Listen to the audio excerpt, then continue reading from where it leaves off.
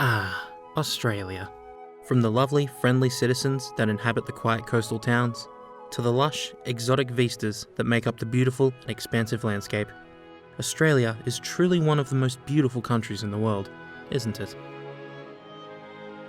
Fuck off, mate. You like spiders? You may as well put the spider's name on the lease because they will be living with you. How about birds? You enjoy magpies swooping down on you because you're wearing a red shirt? What about snakes at school? We legitimately had a snake hiding under a building while I was at school. And that's just the animals. Our country's being run by the most unimportant looking man in existence and I can't even remember his damn name. The only good thing on TV is the commercials where Channel 9 says renovation show The Block is airing tonight, 7 o'clock. The most famous people from our country are a Greek god, a terrible rapper, a man who wants to spread disease, and a gloriously over-exaggerated Australian stereotype. Houses literally cost a fucking fortune and young people can't break into the market. And when you're not fending for your life, scrounging up a few coins to run down to Woolies to pick up a loaf of bread and some Devon because there's practically no work in the rural country town you live in, and Centrelink denied your pay this fortnight because you couldn't report back to them with proof that you actively searched out and applied for 40 jobs this month, you're fending for your life when some little shit in a hoodie and a snapback comes at you with a knife or a glass bottle and tries to fucking gank ya to steal your wallet so he can duck around the corner and pick up a couple of cones from Jono! Playground games? You fucked up, mate. You've gone arse over tit. You painted Australia as this beautiful, gorgeous country teeming with wildlife, when in reality it's looming ever closer to the dystopian future depicted in the Mad Max movies. Sorry, but I'm gonna have to chuckle wobbly here. Absolutely unacceptable, literally unplayable, 0 out of 10. Actually, it's probably the greatest racing game I've ever played. What? I'm serious. I'm dead set. As true as Sean McAuliffe makes me crack a fat, Forza Horizon 3 is probably the best racing game I've ever played, if not at least of this current generation. And it's exactly the racing game we needed right now. Let me explain. Around a year ago, I released a video on my top 10 favorite racing games, and for the most part, my opinions haven't changed. Except for one thing. The game I put at my number 1 spot, which was Forza Horizon 2. This game was absolutely fair dinkum, and it had a shit ton of shit to do, but my opinion of it dwindled somewhat when I played the original Forza Horizon. Compared to its sequel, Horizon has a more solid structure, and it more effectively embraced the festival culture that it set out to make. You felt like you were at this massive music festival, and people were cheering you on as you raced up the ranks to take on that fucking dickhead Darius Flint and knock him off his pedestal. It was somewhat short, I 100%ed it in about a week, but games that tightly designed and enjoyable are about as scarce as a hen's teeth. Forza Horizon 2 celebrated the car aspect of the festival very well. The music was kinda but the actual party atmosphere was left in the dust. It was bigger and overall better to play, but career progression was practically non-existent, the game devolving into an eventual slog of pick an area, we'll drive over there, you'll do the races there, and we'll all be going by any tick of the clock. Still an amazing game in its own right, but at the risk of sounding a bit like a hipster, it did feel a little lifeless, as if it lost some of its soul. And now, 2 years later, we get to Forza Horizon 3. Now while the festival atmosphere still doesn't quite live up to the lofty standards the original set, Horizon 3 improves on its predecessors in almost every way possible. It's more lively, more varied in its environments, there's more of everything, it looks gorgeous, I can't help it, I'm like a... Shit. I'm out of Aussie slang. Fuck. How could this happen to me? So how does this game bring back the festival atmosphere the second game lacked? Simple, by putting you at the center of it all. After a quick drive in the Centenario and some other rally trucker can't be arsed looking up the name of, you're asked to pick an avatar from a group of typically hipster individuals, as well as a name. Now of course, because I thrive off only the crispiest of memes, I chose to be addressed by the name Fam. Okay, great. So I'll call you Fam. That is awkward! I know these features have obviously been implemented in other games before Horizon 3, but it's a nice little feature regardless. After all that, you're thrown into your first event. You're driving an off-road buggy, and your opponent? A World War II Jeep dangling from a fucking helicopter? You'll get a good taste of what the game has to offer here as you race across the Australian coastline and into the rainforest, ploughing through bodies of water and zooming past crocodiles in the process. And there's a lovely cinematic moment where you and your opponent cross paths, mid-air, in slow motion.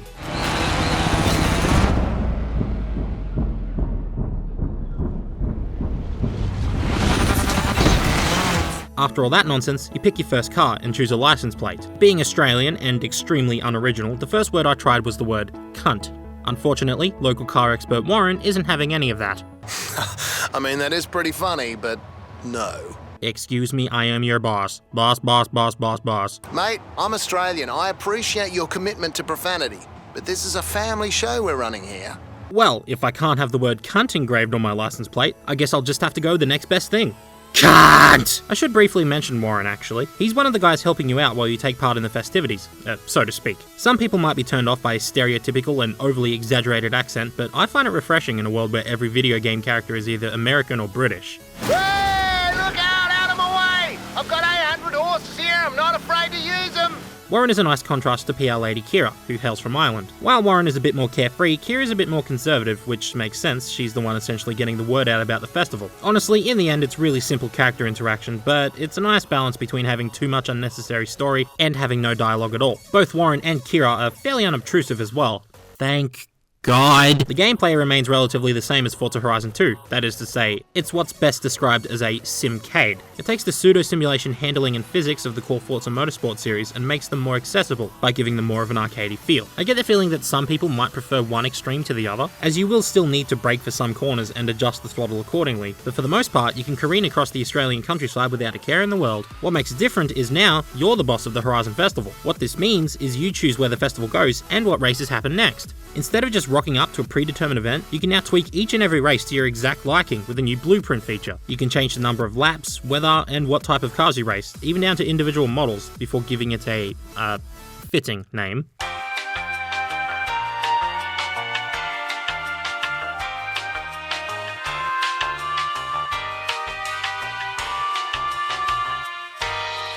By default, you might be racing some overpowered and overly expensive hypercars through the streets of Surfers Paradise, but if you want, you can say, fuck that, I want to race Reliant Supervans instead, which is a bad idea since they handle like a quadruped robot in a hardwood floor. You can edit every single race and championship like this, and even make your own bucket list challenges, which are events where you might need to reach a destination in a time limit, earn a set amount of skill points, get huge air, yada yada yada. It's a shame we can't edit the routes themselves, though I can imagine with such an open and densely populated world, it probably would have been disastrous to implement. Either way, tweaking each event to your own moral standards is actually a lot more entertaining than I thought it'd be. Now, some people might not like this approach. When you think about it, the blueprint feature is essentially a glorified way of saying, we don't care what car you use to progress the game, just use what you want. In fact, those who want a real feeling of progression might be a little disappointed. Within an hour, I was racing against supercars, unlike other games where you would gradually work your way up to more powerful rides. But I have two counter-arguments to that. One, just make your own progression. With the exception of the first two championships, you can use any car you want, and honestly, you end up getting so much money in this game that that's a viable option.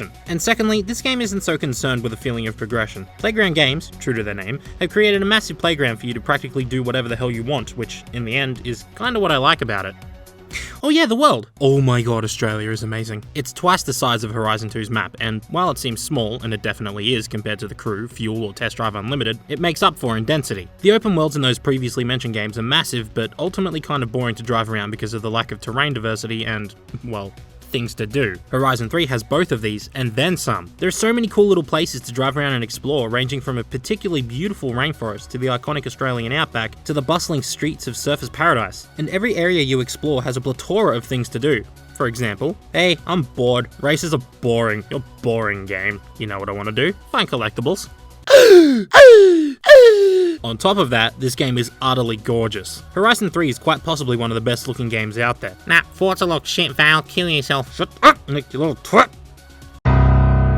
The rainforest in particular is so dense and vibrant that it's an utter joy to drive through. Driving alongside the 12 Apostles, and yes, we know there's only 8 Australians, can't count, was pretty amazing the first time around. And in particular, one of my favourite moments was speeding along the Great Ocean Road in the middle of the night, rain pouring down on my windshield, with an amazing Technicolor sky looming over me. Games rarely give me goosebumps, but that was one of the few times they did. It's worth noting that the sky you see in the game is actually genuine Australian sky. The devs were so committed to nailing the aesthetic of Australia that they took a 12K 360-degree camera down under and braved the weather to get some quality footage out of our sky, and it really shows. You could call this cheating, but nonetheless it adds to the atmosphere. It was a pretty damn good decision on their part. And if we're talking about nailing the atmosphere of Australia, they did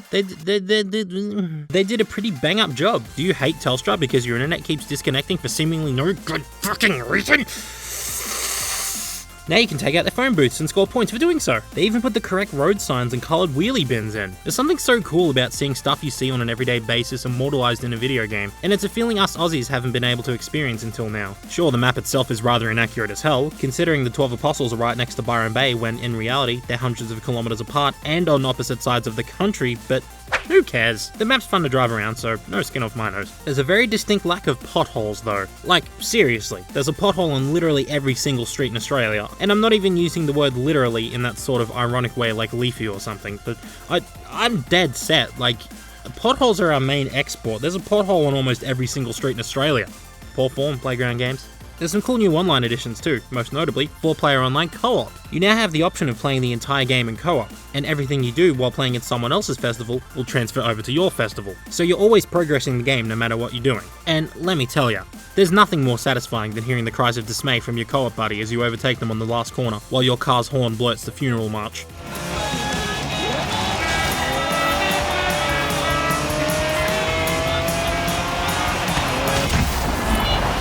Hey, the soundtrack's pretty great too. While it still caters most to those who are into the latest hipster, pop, indie, whatever, there's a lot more diversity here.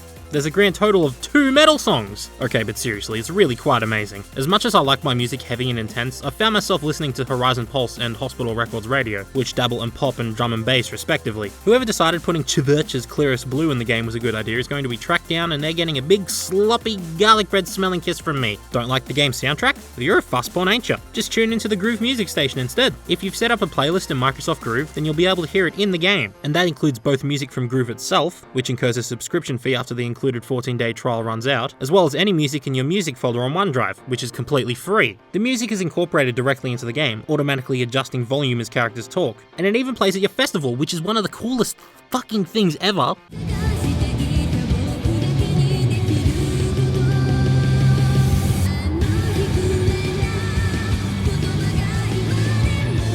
This would have been my favourite feature, but unfortunately Groove playlists don't shuffle in-game, and there is quite a lot of skipping. You know, the kind of skipping you haven't heard since CD players were commonly used in cars. But why don't you use the background music feature, or just play it through your speakers or laptop or something? You know what? Fuck you. You don't understand how cool it is to hear your own music in the game itself. If another person tells me to play my music through an external source, I will go back in time, make sure Steve Irwin doesn't get killed by that stingray, then fucking stab him myself. You don't think I can do it? You really don't think I can do it? Well, explain how we live 18 hours in the future then!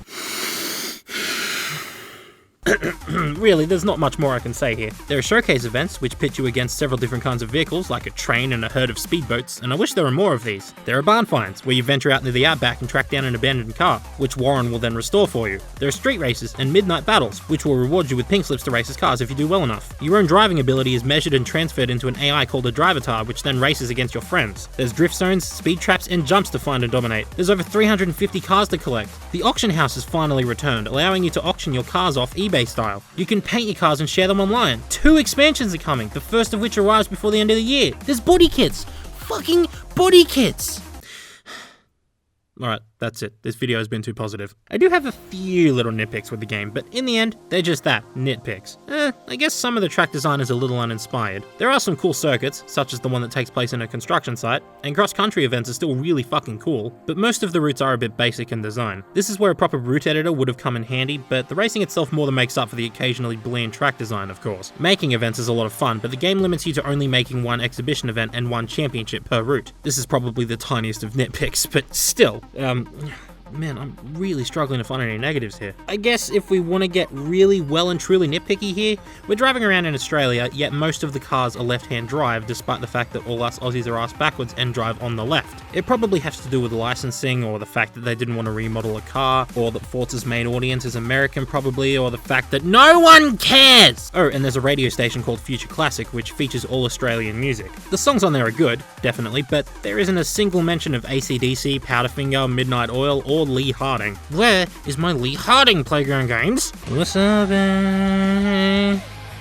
so damn shit, I want to kill myself. And I guess that speaks volumes about how good Forza Horizon 3 actually is. Some people might not like the progression system, and others might want something either more realistic or more arcadey, but for me, this is almost exactly what I want from a racing game. The open world is beautiful and exciting to drive through. There's a massively diverse selection of cars. The blueprint feature guarantees a ton of playability, co-op is amazing fun, and I mean, I could just sit here all day and list off the things that just make me love this game. And probably most of all, I love how mindless it is. In a world filled with AAA, MA-rated shooters with massive budgets and convoluted stories, it's nice to see a game that doesn't take itself so seriously. A festival like this would never exist in Australia, not on forgettable Prime Minister number 29's life. In fact, Ken Block's Yilkhanat 9, which was set to promote Forza Horizon 3, was originally going to be held in Sydney, until the government waved their finger and told them to deport themselves back to America. But that's what I love about Forza Horizon 3, well, I guess the whole series in particular. It doesn't give a shit about real-world laws and the cost of not only running this massive festival but also repairing the many fences, cars and farmyards I smashed through. It is only concerned with you having as much fun as possible. And when a game allows you to drive a Reliant,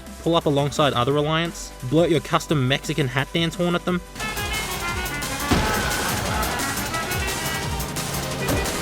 and get them to join a cross-country convoy resulting in 12 Reliants cruising around Byron Bay like some sort of extremely slow and easy-to-avoid stampede, I'd say they've succeeded in every imaginable way. So, for the first time ever, I'm going to give this game a rating. Forza Horizon 3 gets the elusive and coveted Bubble Bill out of 10. Why? Because Forza Horizon 3 is so good, numbers cannot express how good this game is. It transcends time and space itself, ascends the endless sky to the heavens above, and then God himself sees it and goes, Oh shit, son, you better sit here.